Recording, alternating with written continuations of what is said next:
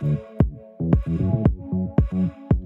I'm Joanne from the Full Spectrum Centre Limited, an award-winning wellness and vocational training centre, and you're listening to the Full Spectrum Wellness Podcast.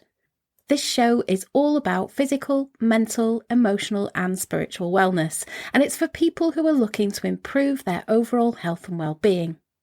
Each week, I'll share with you all the positive takeaways, tools, techniques and tips that I've gathered in both my personal and professional wellness journey that will help you to look, feel and be well.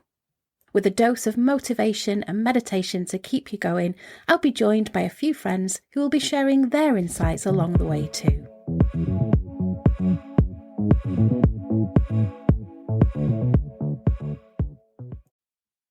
Welcome, Jade, to our Full Spectrum Wellness Podcast. Good morning. How are you, Jo? I'm really well. Thank you so much for joining me today. Yeah, thanks for having me. I'm excited. Me too. So I'm going to jump right in. Yes. I want to know what the word wellness means to you. I think wellness it's so broad, but kind of in a nutshell, I would say like your overall like health and happiness. Yeah. Overall, I think there's different aspects of it in there. You've got obviously your mental, your physical, social. I think it can be broken down in such a wide spectrum. But I think overall, I would see it as health and happiness. I love that. And those are two aspects that are so important, aren't they? If you haven't got your health, you haven't got anything really. No. You can't buy health, can you? I think it's so important. It's the one thing that you can't actually buy. So we've got to look after it. We can't really buy happiness either, because if you try to, it's just temporary, isn't it? Yeah, absolutely. No, I agree. I want to know what you're passionate about in life. So I'm a mum of 3 boys. So I know you know that, Jo. For everybody else, yes, I'm a mum of 3 boys. So for me, raising happy and healthy children. So I would say like everything I do, it always relates back to them. Yeah. Whether that's like, looking after me to make sure that, happy mum, happy children, or whether that's, setting foundations with, goals that have in work to make sure that when they're older, that they're always going to benefit from my hard work right now. So everything really, I'll be honest, revolves around the children. And how old are they? What are their ages? So my eldest is 12. And then we've got Freddie, who's 7 on Monday next week. And Corey has just turned 4. Wow. Boys. Yeah. Bet they keep you busy. Very. They're all into the football and their activities. So it's manic, but yeah, I love it. Yeah. So on top of that, you obviously have your own business as well. Yeah. So how did you first become interested in property management? So me and my partner Gaz, we had our eldest son Ellis really young. So I was 19, Gaz was 21. So we moved out really, really young. Bought our first house when we were 2023. And we lived there for about 5 years, I'm going to say. And then obviously, like anybody, you kind of outgrow the space. You wanted a little bit of a bigger garden. So we put the house on the market like you would, and we started looking, found a house we really, really wanted to go for. But we just couldn't get what we was asking for our, the current property. And we just didn't want to let it go for nothing. We've done a lot of work to it. And obviously, like anybody, you kind of need a certain amount to move on. And so then that's when we started. So that was about 10 years ago. So we looked at getting our first buy-to-let then. So we got that on a buy-to-let and then moved into the house we're in now. So that's kind of really where it stemmed from. So we've been managing that property for 10 years. Wow. It came from our first family home, yeah. And what was that journey like, setting up your own business? I didn't really feel like that was a business at that time, because before obviously working for the business that I'm doing now, I did 10 years in recruitment. So that was my job then. I didn't really see that as and we've always had really good tenants. So it was never, a lot of work. Yeah. But then it was 2 years ago, obviously, this, Jo, apologies for everybody else, but we bought a courthouse, which is a business centre in Tameside. That's really when I left White Label, my old company, to really go with our own company then. So that's kind of, it was about 2 years ago we really went for it. where it kind of stemmed from, you And know. what's that journey been like? Has it been stressful? Have you Um, loved it? oh, stressful at the beginning because it was so new. Yeah. When we went into like, we'd never done commercial before, it was always residential. So at that point, we'd built a couple of houses up like on the residential side. So commercial was brand new. I felt like I was like, from working for a company previously, if I had like a client that, let's say, had a dispute on an invoice, you'd go, there you go, accounts. Can you go deal with that? Because I'm going to carry on with my job as a recruitment consultant. And then something might go legal, and then it was a director that would, deal with that. Yeah. And when we became, managing our own business, it was like, oh my God, I have to do all this.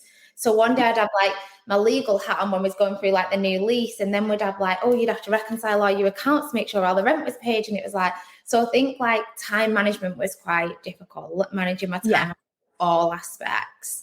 And obviously it was a lot more work because there was no support there with a team.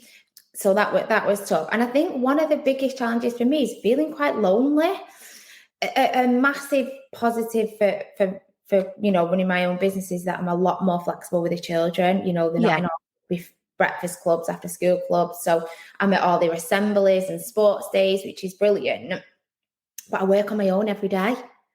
So I find that it is quite lonely. I've gone from working in an office with 20 sales staff that are all, Wow. We had lunch incentives, we had holiday incentives, we had the great team around, whereas I don't have that now, so I find it quite lonely.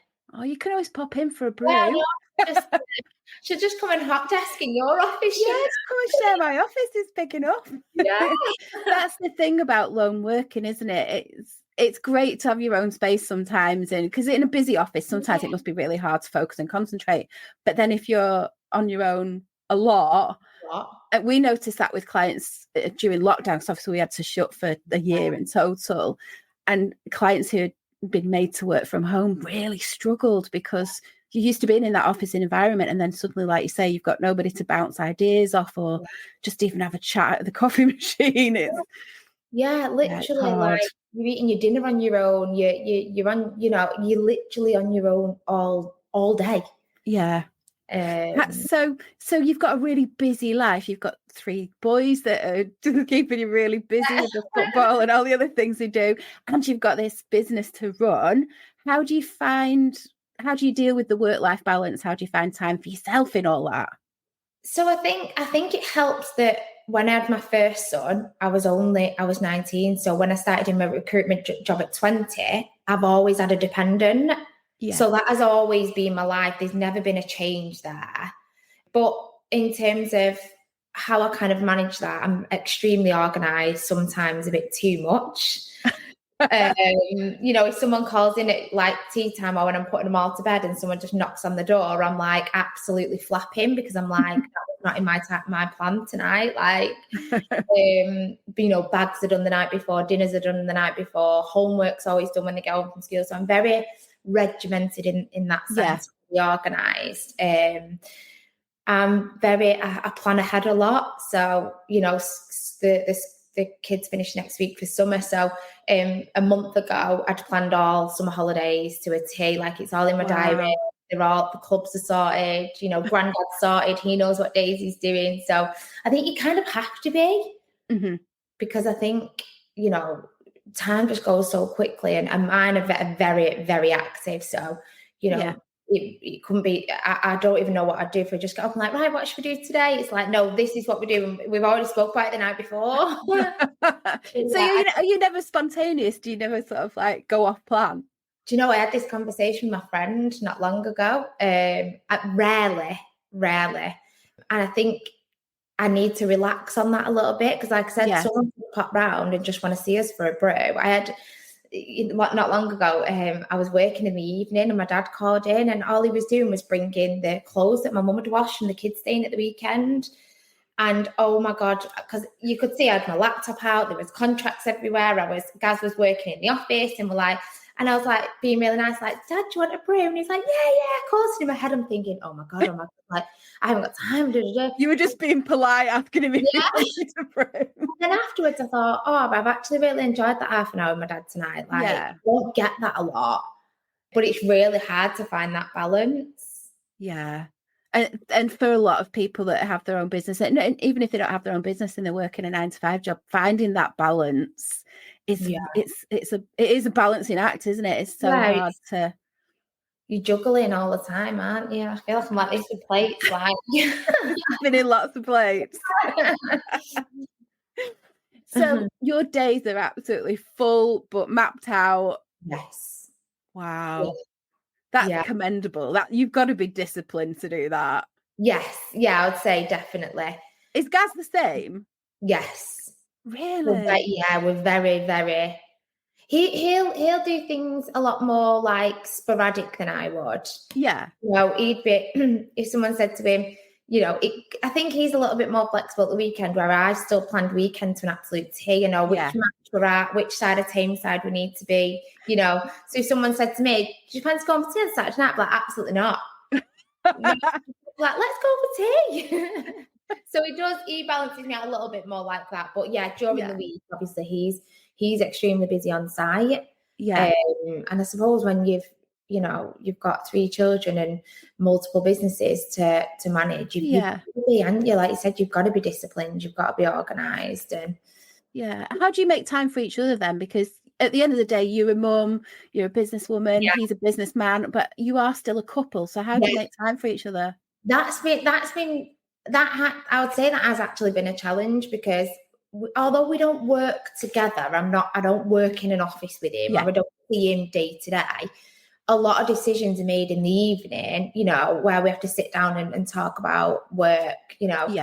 But we'll try and have like dates, like date night, or, you know, where we'll go into town if my mum, because we're really lucky because we've got my mum and dad that will have the children overnight. She literally lives down the road. We've got my brother and his wife, who also have 3 boys, all similar ages to mine. So they'll go there and stay out. So we do, when we can, we'll plan, like, you know, going to town for a bit of tea, or but we probably should do that a little bit more, actually. Yeah. Definitely. You can't be talking about work 24/7. Then I'm like, well, if we don't talk about work, and the kids like, what do we actually talk about? Well, that you need to work on that. Yeah. We went to, not last week and the weekend before, I don't know if you've seen it, we went to the Hacienda. Oh, really? So we did that together. That was fun. That's amazing. Yeah, that was really You need to do more of that kind of stuff.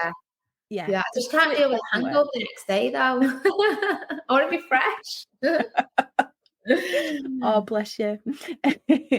So you've told us some of the challenges related to business. What about some of the challenges in your wellness journey? What have you kind of faced health-wise or wellness-wise?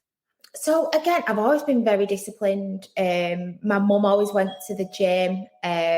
You know, she's always looked after herself. My dad's very active. He goes to the gym. So it's always been in my nature to, you know, go to the gym or go running and things like that. But obviously, the more children we've had and the more pressure, you know, things we took on with work, time has been a struggle. So then I kind of adapted my day a little bit. So 3 to 4 mornings a week, I'll go running at 6 a.m. Wow. Just before the boys even get up for school. No one's, sorry, Joe, my door keeps going. They've got no idea I've failed and you're not answering.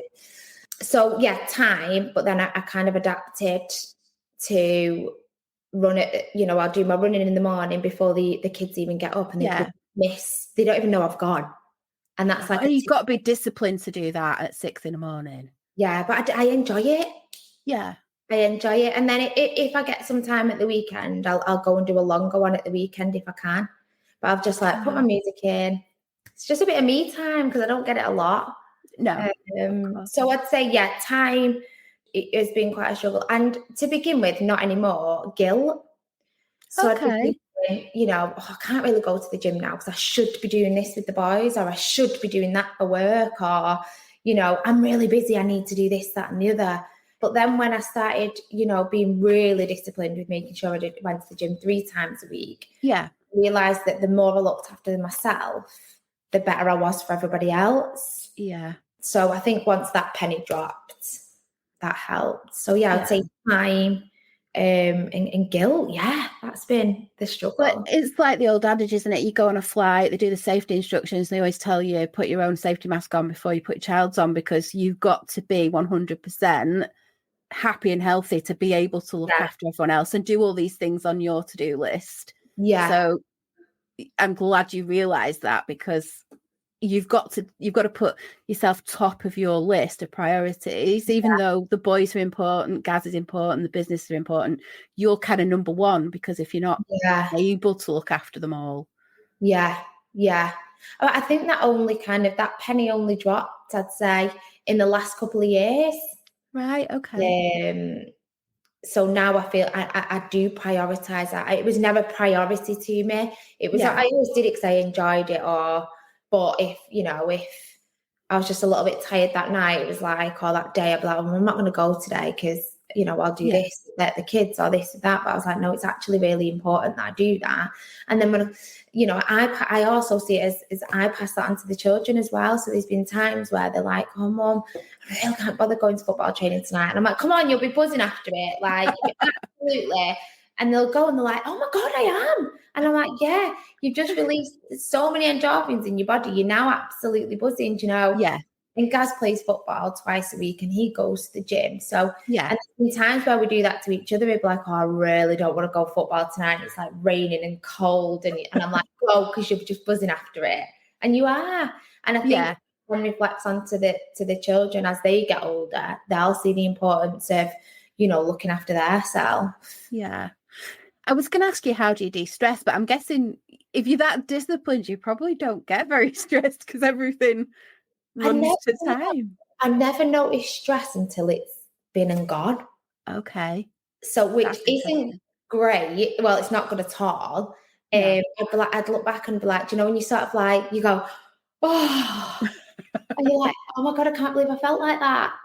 But if I feel like things are getting a little bit on top of me, I do really like silly things. Like I'll have like family time. So I'm like, right, guys, Saturday, we're going to do this and we're going to go to the ice cream farm with the kids all day, where we're not on our laptop, we're not taking calls, we're just going to go and give them our 100%. But if it might be like, if the kids are in bed, I'll do like a pamper night and I'll get like literally like a pound face mask and a foot scrub, and I'm like, right, this is me now. Wow. And that's like the little things that I love, just to like come away from everything. Yeah. And sometimes the most simple things are the most effective. It doesn't have to be complicated and cost a lot of money, and it just has to be as simple as, like you say, putting a face mask on and just having a bath. Having a bath, yeah. Having a soak. A lot of time to have a bath, but like the odd time I do, I'm like, why don't I do that more? I say to myself every Wednesday night, Jade, have a bath. But it doesn't always work. Just put a sign on the door saying "Do not disturb," so none of the boys come in. Yeah, you'll laugh. We had some new internal doors fitted. It was a while ago, and they had a lock on, so I was like, brilliant. And then my middle son went and took a hair clip out of my top drawer and just like flicked the catch. It was almost like a little release catch on it. I was like, how we just got in? And I was like, I can't get away from anyone. So you broke into your bathroom while you're out. Wow, that's ingenious. No, I don't get a minute. But then I think, God, that they'll all grow up and I'll be sad one day that they won't want me or they won't need me. Hopefully they'll need me. Oh, they'll always need them, Mum. So I know you get up at 6 and you go running, but what does your daily self-care routine look like? So yeah, I'll get up at 5:45, and my running stuff is literally out. Make it as easy as I possibly can. Running stuff on, literally a quick mouthwash and I'm out. I'll go and do like a 5 to 6K run, come home, I'll make the brews, take the brews up to everybody. I'll get a shower, they'll have the brew while I'm in the shower, and then the kids are obviously getting up. Drop them at school, and then obviously it's either a day in the office or I'll work from home. And then self-care at night, obviously for me, it's like a quick shower, but I do love a good skincare routine. So I'll sit there and, I'm a sucker for like products and all the fancy creams and whatnot. So I'll do things like that. And then I try to do 3 gym sessions a week. Yeah. So that's kind of what my typical day would look like. And what are your sleeping patterns like? Oh, I love sleep. Honestly, I do actually prioritise sleep. I'm reading a book at the moment. I'll tell you that in a second. But sleep, I'm not normally in bed asleep for like 10 o'clock. The odd night I've ended up working quite late, but the way I feel the next day, if I do that, is not worth it. And if you're getting up at 6, you need a good 8 hours anyway. So you'd need to be going to bed at 10ish.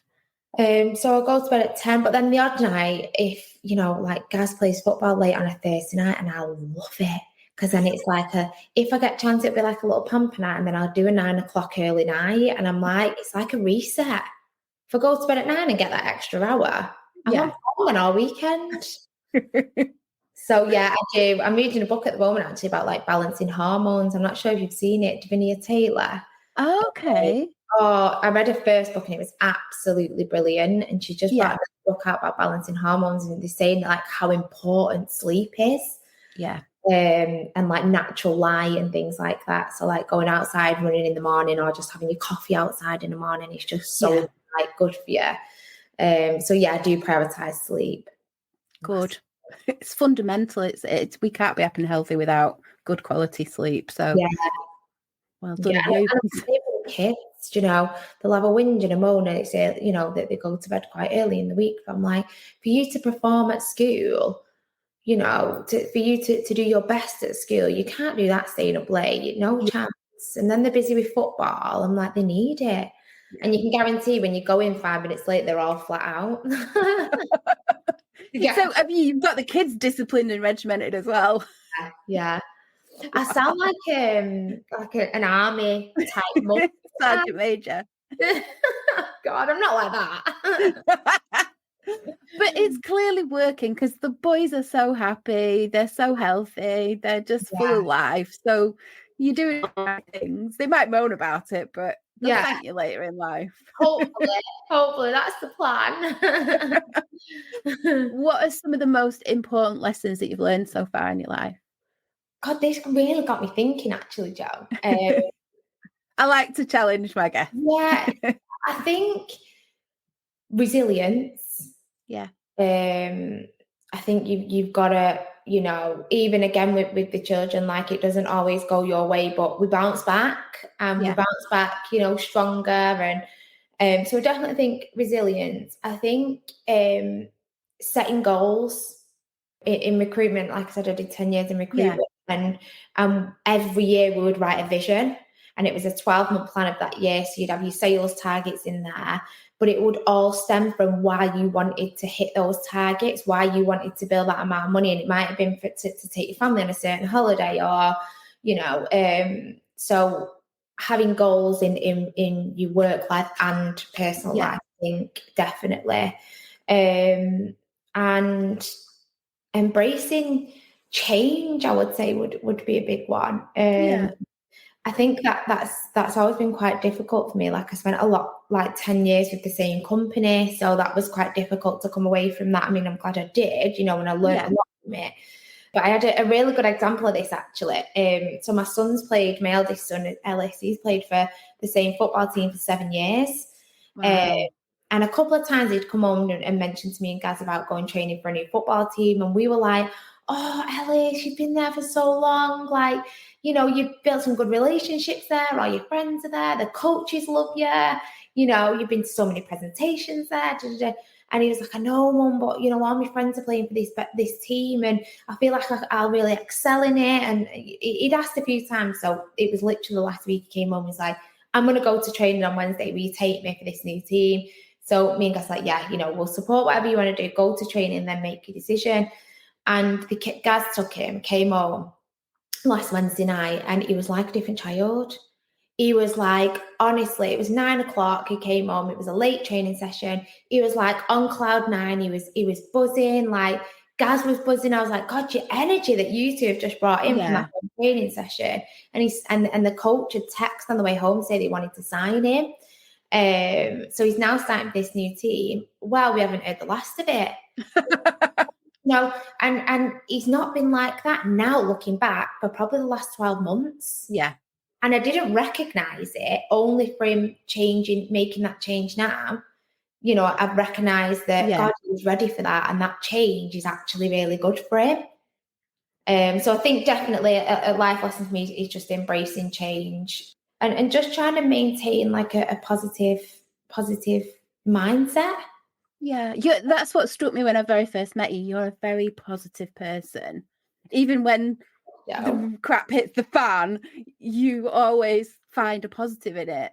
And Oh, that means a that's lot. such an amazing quality to have, because it's so easy in the world that we live in to kind of get bogged down and get into that negative mindset. But you seem to be really good at kind of, and I think that's that resilience you talked about is, and just embracing those changes and embracing everything happens for a reason at the right time. It doesn't always seem like that, but it's a testament to you. It's a great quality. Oh, thank you, Jo. That's lovely. We should bottle you. Bottle some Jade. You might just see me on days. What advice would you give someone who wants to live a healthier, happier, more balanced lifestyle? Because you are all of those things. You're really healthy, you're really happy, and you have a really balanced lifestyle because literally everything is kind of mapped out. So what advice would you give to other people? Because that's a rare find. I think prioritizing yourself, your self-care. Exactly. I really like that analogy you had there about putting the oxygen mask on before helping anybody else. Be the best version of yourself, and everything else will follow. I think self-development is a big one for me. I'm always reading books. I don't necessarily read books, I say storybooks. I think I mean here fiction. That should never interest me. I'll always read self-development books. I love like Your Atomic Habits, the mindset ones, the Chimp Paradox, all ones like that I've read. So I'm always wanting to develop. I go on quite a lot of training sessions. So I think, I'd definitely, if I could advise somebody, it would be definitely look after yourself, prioritize your self-care, seek development, and just be grateful. Like, some days are tough. Some days are a lot tougher than others, but I think you can always find something that you're grateful for at the end of the day. Do you practice gratitude? Do you kind of consciously make an effort to be grateful, or is it just something that happens subconsciously? I think subconsciously. I did a mindset challenge last year, and one of the challenges, you had challenges like every day. One of the challenges was you had to write down, literally pen and paper, write down in the evening what you're grateful for that day. That I don't physically write it down. I don't journal or anything like that. Right. But I think naturally I'm quite a, grateful person, and, I'd say probably a lot more subconsciously I do that. Yeah. Oh, fabulous. Any final gems? Because you've shared a lot. I think one thing that maybe leading on to what I would advise somebody else is like stepping out your comfort zone. And this podcast has actually hit the nail on the head for me, because we was taught a lot in recruitment. For years, I used to panic about meetings. So it'd be like meeting like engineering. That we did engineering. So the decision makers of an engineering business might be your directors, your manufacturing managers, and I'd have to go and sit in a room and meet these people. Honestly, it put the fear of God into me. And I think because I was quite young as well. And my company put so much time and training into. So by the end of me leaving White Label, I was sat going on all my client meetings on my own. I'd drive to Yorkshire, go meet an engineering manager, take a spec, go back to the office. For me to do that, I had to massively step out my comfort zone. But I was buzzing after it. I was like, and you can feel almost that growth and development coming from those horrible, nervous, anxious feelings. So I think, that would be something that, and something that I'm always trying to like implement with the children, stepping outside your comfort zone. I personally think brings development and growth. And we don't grow inside our comfort zone. There is no room for growth. You've got to step out of it. It depends, I think, what frame of mind you're in. Some days I'm like, right, I'm ready for it. And then other days I'm like, oh, not today. I'll just stay in my comfort zone. I think, trying to embrace that, stepping out your comfort zone is huge. Yeah. Yeah. Well, you've certainly done that, especially in the last couple of years. I know, yeah. Taking on such a massive project. For those listeners that don't know, the courthouse is a massive project, but it's been a breath of fresh air. We love the place. We love having you in charge, and just seeing how much you've achieved in a very short space of time has been amazing. And some of the, like I say, the gems that you shared this morning, I'm sure the listeners are going to benefit. So thank you so much for joining us today. And good luck for the future. And maybe we'll see Ellis playing for Man United one day. You never know. I really, really enjoyed that. Thank you so much for inviting me on. You're very welcome. Thank you so much. Oh, thanks, Jo. Thank you.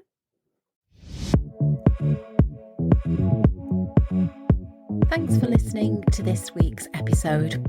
I hope you found the discussion and the tips covered really helpful. Don't forget to subscribe, and if you enjoyed this episode, please do leave a rating and a review and share it with your friends and family. Pop along to our website at thefullspectrumcentrelimited.com and join our self-care and wellness newsletter club. You'll receive our free 55-page printable self-care guide and workbook. Well, that's all for this episode, but I really look forward to seeing you next week. Take care and bye for now.